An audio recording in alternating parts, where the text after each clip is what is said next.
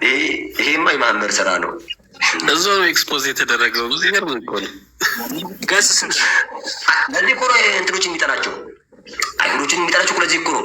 በህይወት ዘመን አንድ አይሁዳዊ አስልሜ ቢሆን ኖሮ ዓለምን አስልም ነበር ይላል። አንድ አይሁዳዊ ማስለም አልቻለም። በዛ በ23 ዓመት ውስጥ ዳጊ ወይ አይሰማም።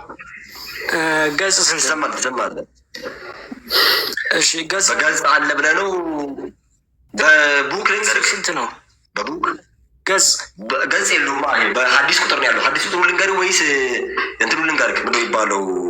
ምዕራፉን ልንገርህ? እስኪ አሳየኝ።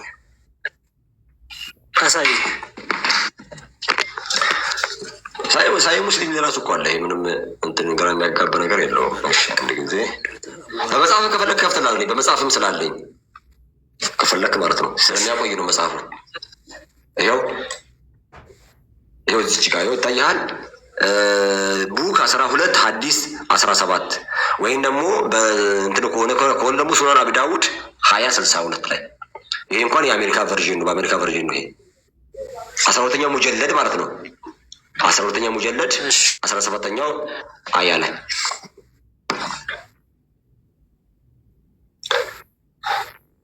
ሙስሊም ላይም ከፈለክ በጣም ብዙ ቦታ ስላለ ብዙ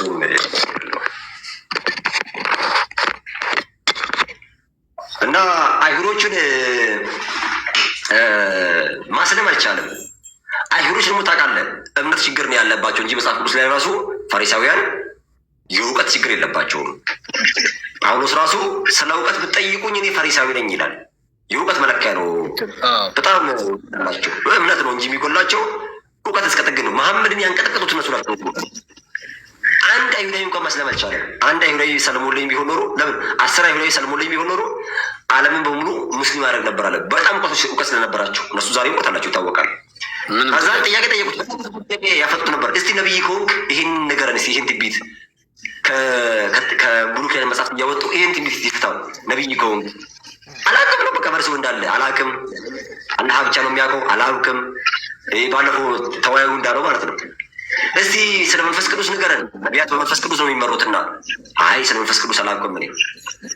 በዋሻ ውስጥ ስንት ሰዎች ነበሩ በጥንት ጊዜ በእንትን የሚባሉ ታሪክ ላይ? አንዳንዱ 5 ይላል፣ አንዳንዱ 6 ይላል፣ አንዳንዱ 7 ይላል፣ አንዳንዱ 8 ይላል። ስንት እንደሆኑ አላህ ብቻ ነው የሚያውቀው። አላውቅም። ዙልቀርነይን ማን ነው? ትንቢተ ዳንኤል ላይ ያለው ጠቅስ ዙልቀርነይን ቀንዳም ሰውዬ ነው። እየሄደ ፀሐይ መጠጋጋ ደረሰች። ፀሐይ ከዛ ውሃ ውስጥ ገባ አገኛት ይላል። ጨሮቃ ውሃ ውስጥ ሳይጠለቅ ትላለች አለ። ለካሱ ሲያይ ባህር አይደለ ውሃ እንደዚህ ፀሐይ ስትጠልቅ ውሃ ምትገባ ትመስላለች። ጨሮቃ ውስጥ ውሃ ገባች አለ። እሺ መስዋዕት አቅርባል። አጌንስት ሳይንስ አቅርባል። አጌንስት ሳይንስ ጭምር በል። እስቲ መስዋዕት አቅርብ አሉት። እንደ ኤልያስ ታውቃለህ፣ መጽሐፈ ነገሥት ላይ 19 ምዕራፍ ላይ እንዳለው ኤልያስ ብዙ ነቢያቶች መጡ። ያኔ ሐሰተኛ ነቢያቶች 450 ሐሰተኛ ነቢይ መጣ ያኔ የበዓል ነቢያቶች የሚባሉት። አሁን እነሱ ለንጉሶቹ ጥሩ ጥሩ ነገር ይናገራሉ። ንጉሶቹ የሚወዱት ሐሰተኞቹን ነው። ልክ አሁን በአሁኑ ጊዜ እንዳሉት ማለት ነው።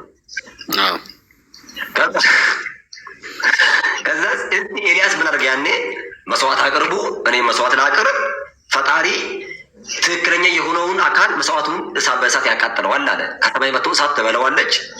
ስለዚህ እንደዚህ እናድርግ አሉት። ቀድመ እናንተ መስዋዕት አቅርቡ አላቸው። በሬ ያረዱ፣ እንጨት ረበረቡ። ቀኑን ሙሉ ሲዘሉ ሁባል ሲጨዋሉ አንዳች እሳት ሊመጣ አልቻለም ከሰማይ ላይ። ኤልያስ ምን አለ? 12 በማድጋ እንትን ውሃ ከስር ጉድጓድ ቆፈረ። እዛ ውስጥ እንጨት ረበረበ። በሬውን ከላላ አስቀመጠ። እሳት ከስር ደብቆን እንዳይባል 12 ምናምን ማድጋ እንትን ውሃ ደፉበታል። እዛ ቦታ ላይ ውሃው ጉድጓዱ ሞላው አለ። እንጨቱ ውሃ ውስጥ ነው ቆሞ ያለው። ሲጸልይ እሳት መጣ ከሰማይ፣ ውሃውን ማደረቀ፣ እሳቱንም እንጨቱንም አነድደው መስዋዕቱንም በላው። በዚህን ጊዜ እነዛ 450ዎቹ ተገደሉ። ሐሰተኛ ናቸው፣ ህዝቡ ሊያሰሱ የመጡ ናቸውና መሐመድን ይህን ቻሌንጅ ያቀረቡለት። እስቲ አንተ ማድርግና እግዚአብሔር ነብይ ከሆንክ እንደዚህ ምልክት ያሳየናል እናምንብሃለን አሉት። ታዲያ ለምን በእናንተ በኤልያስ አታምኑ ብሎ ነው እንትን ያለው። እምቢ አላቸው። አላደርግም ነው ያላቸው። ሲሞትም እንደዛ ነው። ሲሞት መርዝ አበሉትና ነብይ ከሆንክ ነብይ መርዝ አይገለውም። ስለዚህ ነብይ ከሆንክ መርዝ አይገልህም፣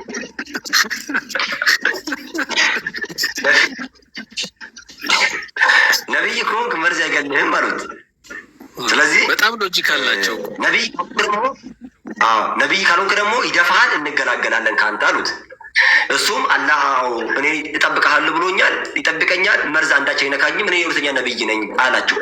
እና ያለን አለችው፣ ደፋው። ያ መርዝ ተሰቃይቶ ነው የሞተው። ለራሱ እግሩ መሬት ላይ የጎተተ ከኢትዮጵያ ራሱ መድኃኒት ተልኮለታል። ከዚህ ሰደባቸው። ከዛ ኢትዮጵያኖችን መድኃኒት ራሱ ከዚህ ራሱ ተልኮለታል መድኃኒት። 2 ዓመት ሙሉ መሬት ላይ አንድ ሰው በዚህ ጋር አንድ ሰው በዚህ ጋር እየያዘው እግሩ መሬት ላይ እየጎተተ ውሃ ውስጥ ንከሩኝ ይላል። ውሃ ውስጥ ይነከራል። ከውሃ ውስጥ ያወጣሉ፣ ልብስ ይሸፍኑበታል፣ ልብሱን ያውጡታል። አንዴ ፀሐይ በቃ ስቅየት። አይሻ ምን ትላለች? እኔ ሰው ሲሰቃይ ሰው ሲታመም ባይ ምንም አልደናግጥም። መሐመድ የተሰቃየውን ያህል በዚህ ምድር ላይ የተሰቃየ ሰው የለም ትላለች። በዛ በመርዝ ማለት ነው። ለሌላ ትናንሽ በሽታዎችን አልጨነቀም ትላለች። ተሰቃይቶ እባክህ ግደለኝ እያለ ገላገለችው። ነቢይ አይደለበት በዚህ ራሱ ነቢይ ከሆንክ መርዝ የገለለ ማለችው። ጠብ አደረገችው። የሴትዮዋ ትንቢት ተፈጸመ። እንደውም አይደለም ነቢይ ይሄ መርዝ ይገላል አለችው። ገደለችው። በቃ አይሁዶች ይኸው እሷ እንትን ብላ ነው ወረዳችሁ ላይ ይኸው አባቷን ገደለ፣ ወንድሟን ገደለ፣ ባሏን ገደለ። ባሏን ነው ፊት ለፊቱ ነው የገደለት። ተራ በተራ እንደዚህ እየወጉት ነው የገደሉት፣ እንትኑ እየቆራረጡት ባሏን። እሷ ሴቷነት አባቷን ዘመድ አዝማድ በሙሉ ጭርስ አድርጎ ሴቶቹ ብቻ ሲቀርቶ ለወሲብ ማለት ነው ወደ ቤት እስከሚሄድ ድረስ ቸኩሎ መንገድ ላይ ድንኳን ጣለ። እዛው ጀመረ እሷም ማለት ነው። ከዛ ምን ይወዳል አለች ብላ ጠየቀች። በግ አሉት። በግ አዘጋጀችና መርዝ ጨምራበት አበላችው። ጸጥ አደረገችው። በቃ አይሁዶች ስቅይት ነው። ለዚህ ነው እኔ በህይወት ብቆይ ኖሮ አይሁድና ክርስቲያን ይጨርሳሉ ከምድር ላይ ያለው። ለዚህ ነው አሁን እስራኤል ለማጥፋት እንደዚህ ብሎት እኮ ለፍልስጤም ሲሉ እኮ ለፍልስጤም አስቦ አይደለም። ተጨርሱ፣ ተበቀሉልኝ። የእንትን ነው የኑዛዜ ነው። ተበቀሉልኝ። በቁርአን ላይም አይሁዶችና ክርስቲያኖች አላህ ያጥፋች ይሆናል በቀን 17 ጊዜ